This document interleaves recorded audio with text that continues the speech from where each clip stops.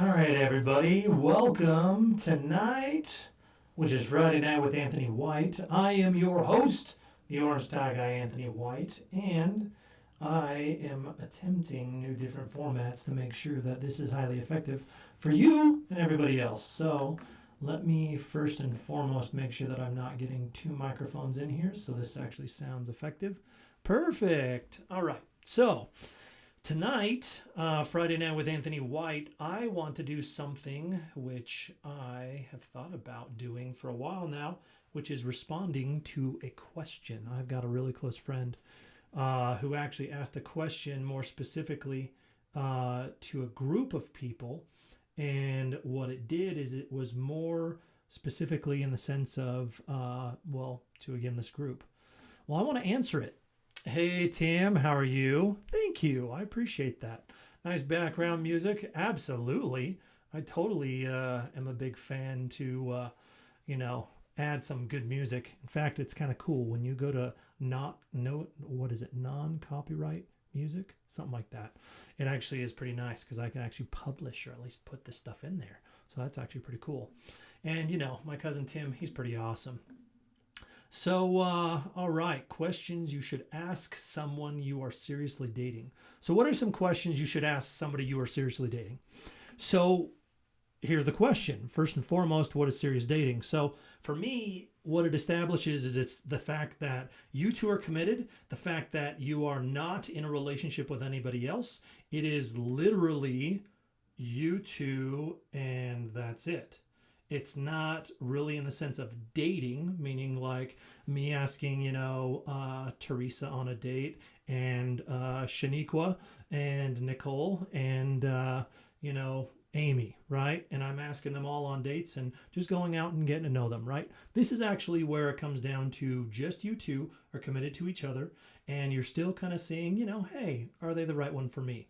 This is the realm we call courtship in celestial dating. But anyway, this is an awesome question, and I'm grateful that my friend, I'll just call her Frida. That works. I'm grateful Frida asked this question, so to keep her identity secret. Anyway, so she asked this, and then I've got somebody who responded, does anyone else think they are in a relationship with you? So I thought about that. I'm like, I guess people don't know what a serious dating are you like, questions you should ask someone you are seriously dating. Okay, anyway, maybe they don't know what courtship is and ultimately that. And then let's see here, I've got another response to that. It said you're over with and healed from your last relationship. Are you over with and healed from your last relationship? Would you ask somebody that? I'm kind of curious because I would almost, in my opinion, now again, I'm no guru, right? I'm just the orange tie guy that's obsessed with celestial dating.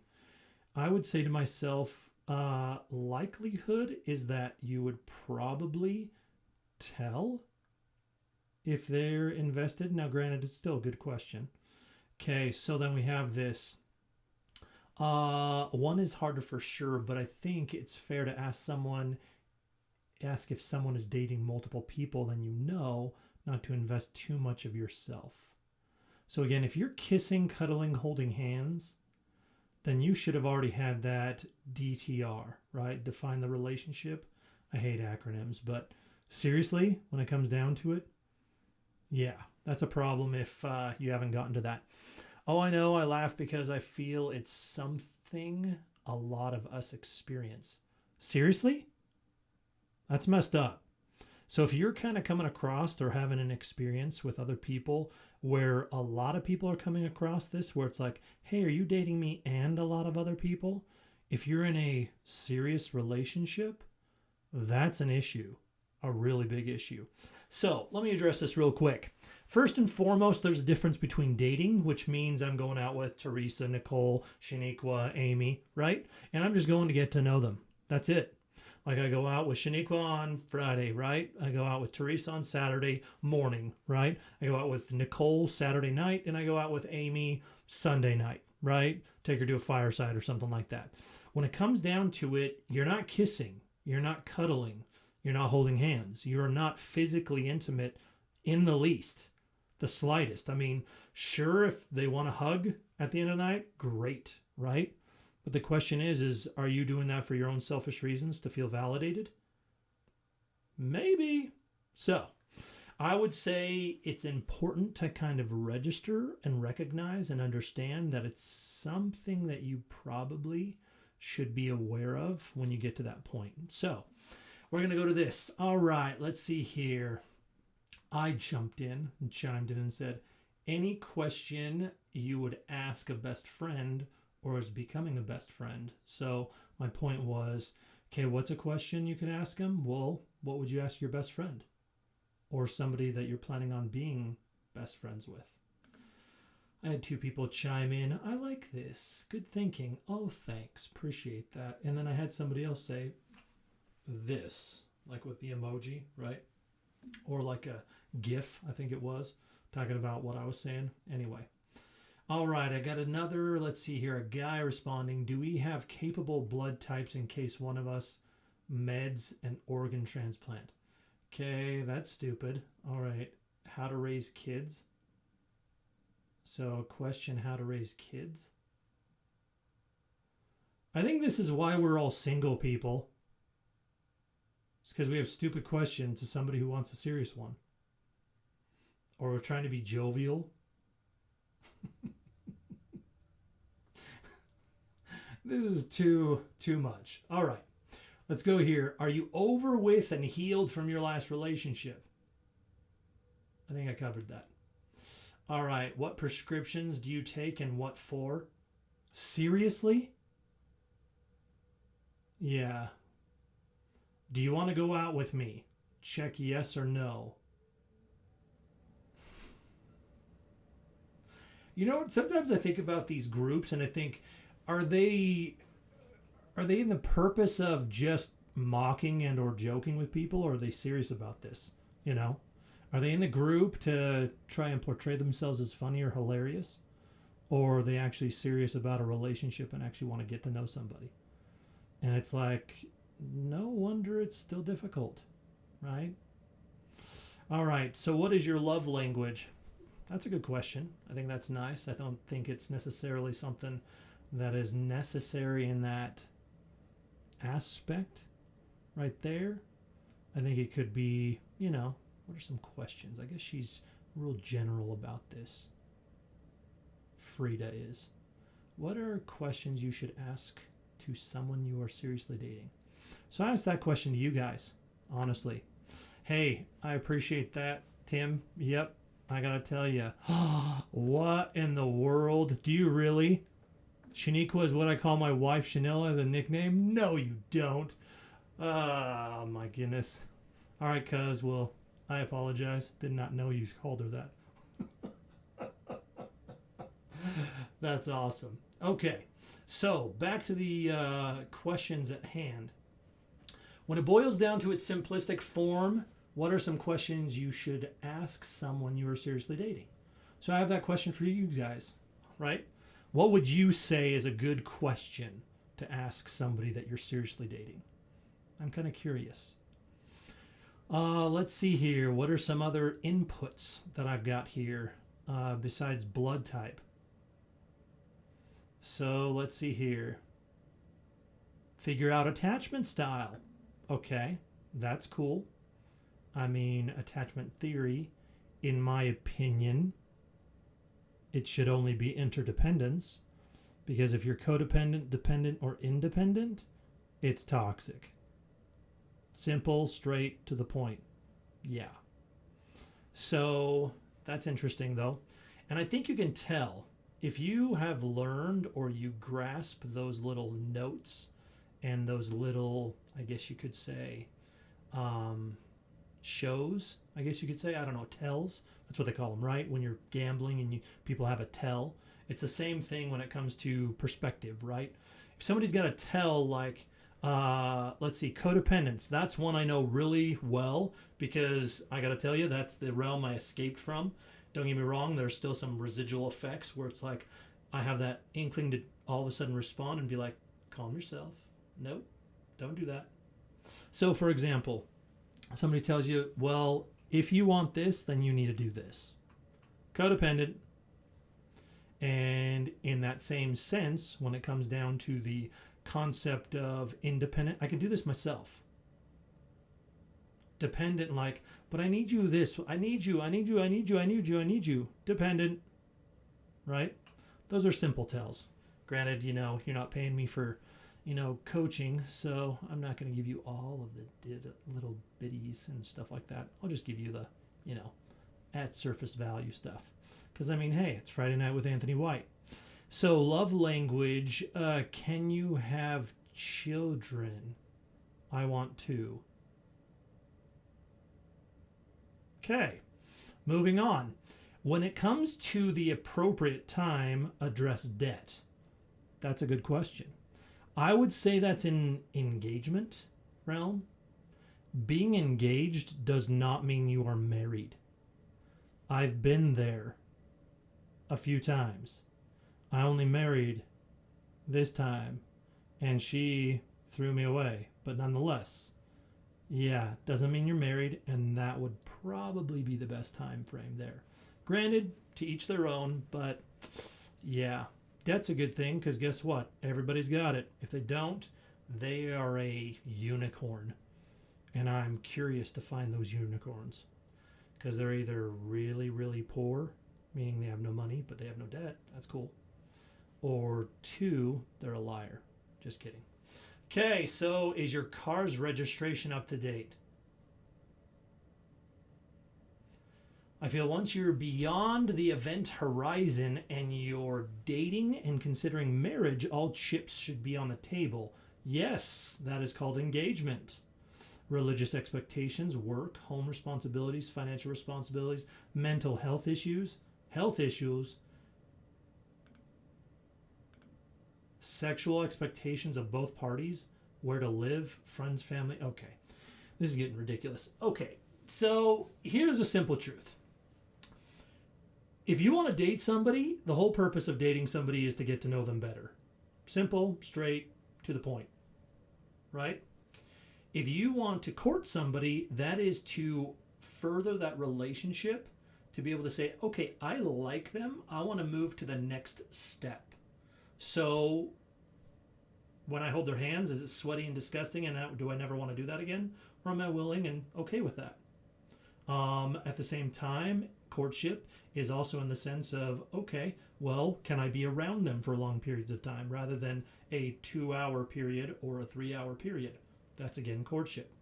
Engagement is that next tier on top of dating, and then I would call it courtship, but some people say exclusive dating or steady dating, and in this situation, serious dating. Okay, courtship. And then that engagement, tier 3, right, is that step to be able to get more personal, in depth, right? Maybe meet their family. Maybe you've done that during courtship. Awesome. But it's again that next step to move forward and get to know them. But I gotta tell you, when you say something like, hey, yeah, I'm looking to marry you, but what's your sexual expectation? Seriously? This is what bothers me about the world we live in and the crap that we see in television and movies that are trying to get into a gospel mentality or ultimately somebody who's trying to have a celestial mentality. The problem is that it's like, hey, if you're not instant gratifying me, then we're done. That is not a celestial relationship. That's not effective. That's not pure love. Like people that don't know each other, they don't know anything about each other, can have a celestial relationship. They can have unconditional love. But when I come to the chalkboard and I say, hey, guess what? Here's my list of all the stuff here. Where am I behind me that you can see my stuff? Here's all of this stuff that you got to fix to be with me. Guess what? Welcome to being single for eternity. The concept is approaching and going into this and saying, you know what? I want to get to know you. I want to care about you. I want to be able to give up and stop thinking about myself. And I want to focus on you. Now, don't get me wrong. We don't go into the people-pleasing, codependent side of things. We don't go into the sense of saying, okay, well, guess what? Well, I've got these issues. Like, I've got epilepsy. She's going to know about this before we're engaged, right? If she doesn't want to be a part of that, she's out. Cool. Goodbye me. I've got beautiful friends that have got issues right here, there, whatever it is, whether it's speech impediment, whether it's brain damage, whether it's, mental health issues, whatever it is. I mean, it's the issue that we carry, right? We've all got weaknesses. But the concept behind it, the mentality behind it, is to say, I want to find someone to be my help meet. What does that mean? Guess what, peeps? You ain't getting on the top level or top tier or top level without somebody else. Simple, straight, to the point, right? To the point. I don't know, I should probably put a dot on my head, say to the point. There we go. We can say my ear or my nose.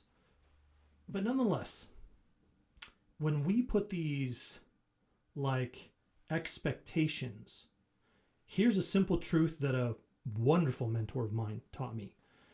Scott Anderson.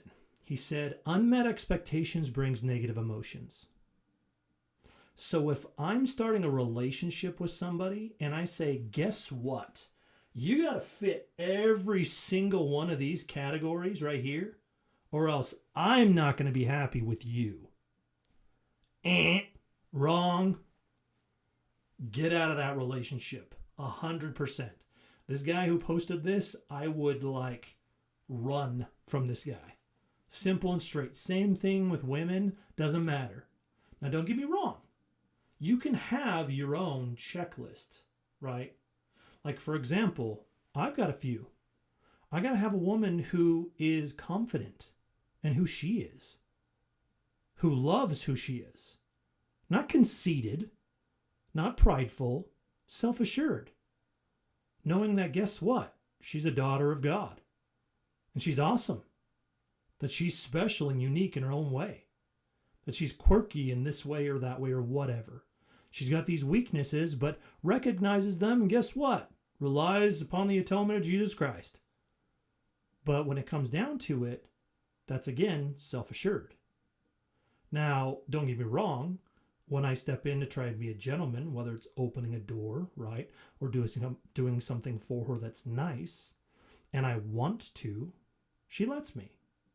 If she doesn't want me to, that's fine. She can let me know. But I've seen too many of these experiences that people have where all of a sudden it's like, I can open my own door. Or they stand there and wait and it's like, where are you at? Open my door already. Yeah, no. Reality is this. The best way for two people to not just coexist, but to thrive as a single entity is to leave behind their former self and become new with that other person, to become a new entity, to become a helpmeet.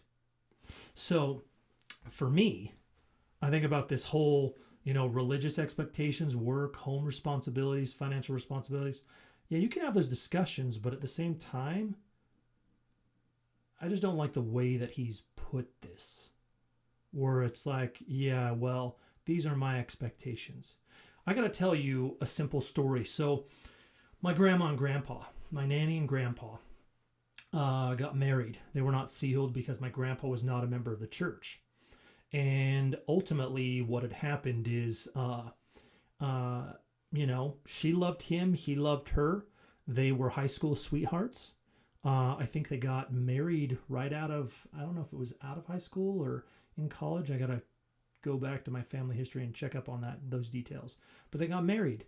He was in the military, thankfully came home. This is World War II time frame. But one of the great things about it is that she didn't judge him. She didn't think any less of him. She was the wonderful woman she was, and she knew who he was. And he was the wonderful man he was.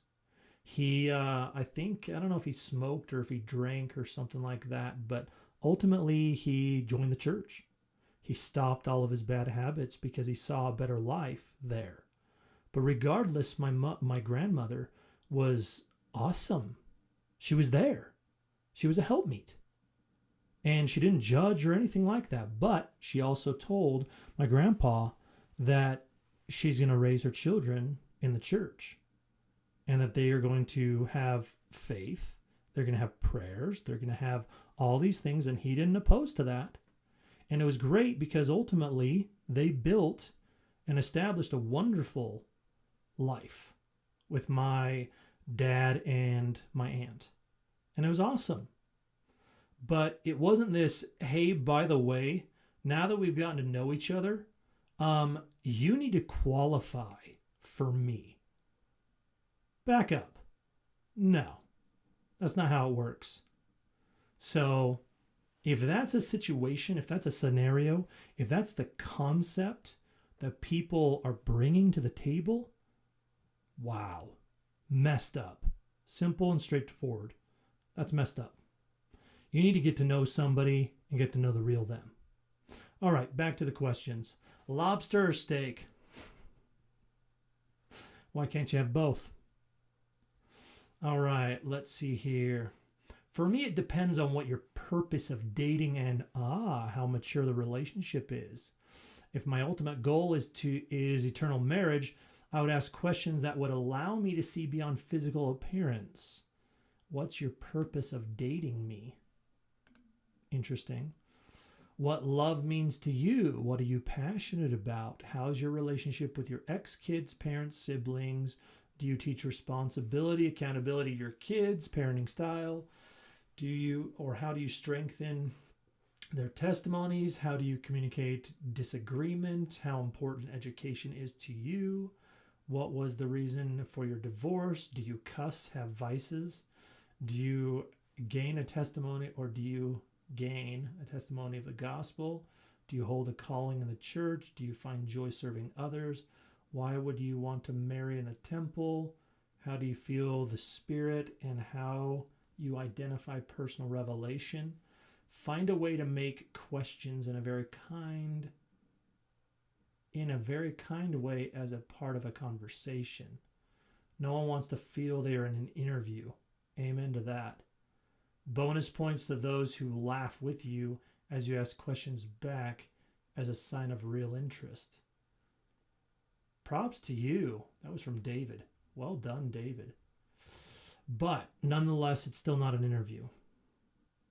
It's you getting to know them. You don't have the right to interview somebody until you're in a committed relationship and you feel, you know what?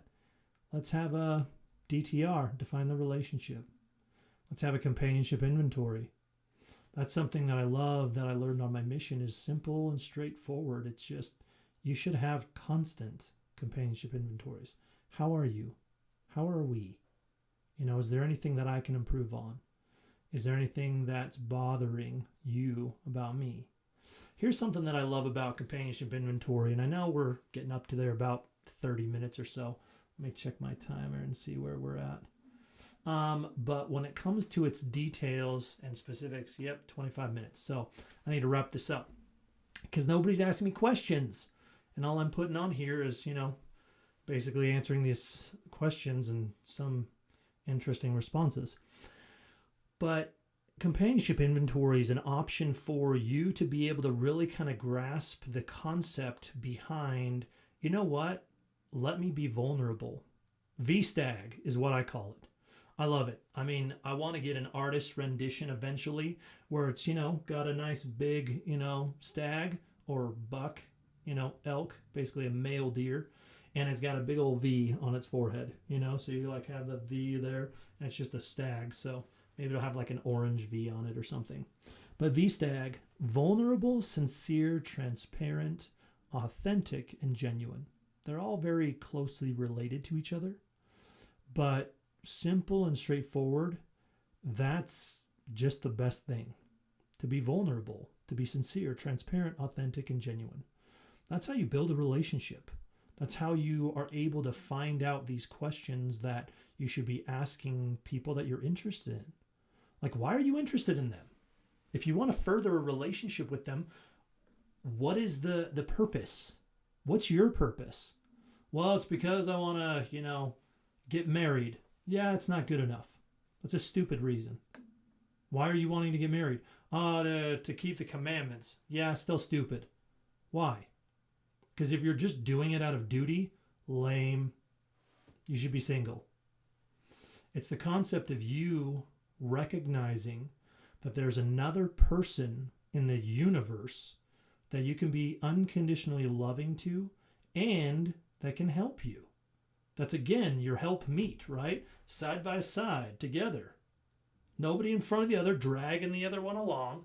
It's funny because I'm in process of doing a training video, and I looked up all of these pictures, and it's funny to see the couples that are genuinely in love, and then those that are like, you have one, either the guy or the girl, they're like pulling, like, come on, come with me. It's like, that's how parents, react to their children. And that's the worst thing ever, is to have a helpmeet or a companion that's treating you like their child or that they're your superior. Yeah, not cool. All right, people, I think I've sufficiently and effectively established interesting cause and understanding in this. If you got questions, ask them. I need questions to answer.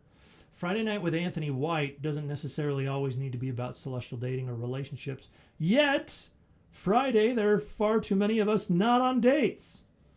I'll volunteer and be one of them. But that's because I've chosen a way of life. I'm super picky. And me being picky is the fact that, I choose you. Anyway, thanks for joining me. Thanks for watching. Thanks for enduring. If you've actually watched all of this 28 minutes and 28 seconds, then bless you.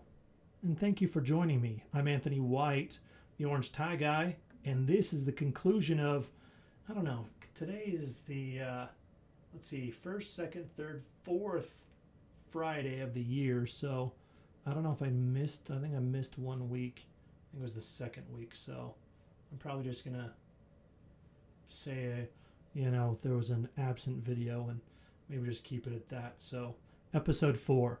So thanks for joining me, Anthony White, or Friday Night with Anthony White, episode 4. Have a glorious rest of your Friday. And maybe I should add a little bit of cool music to the background again, in the sense of letting this be my exit.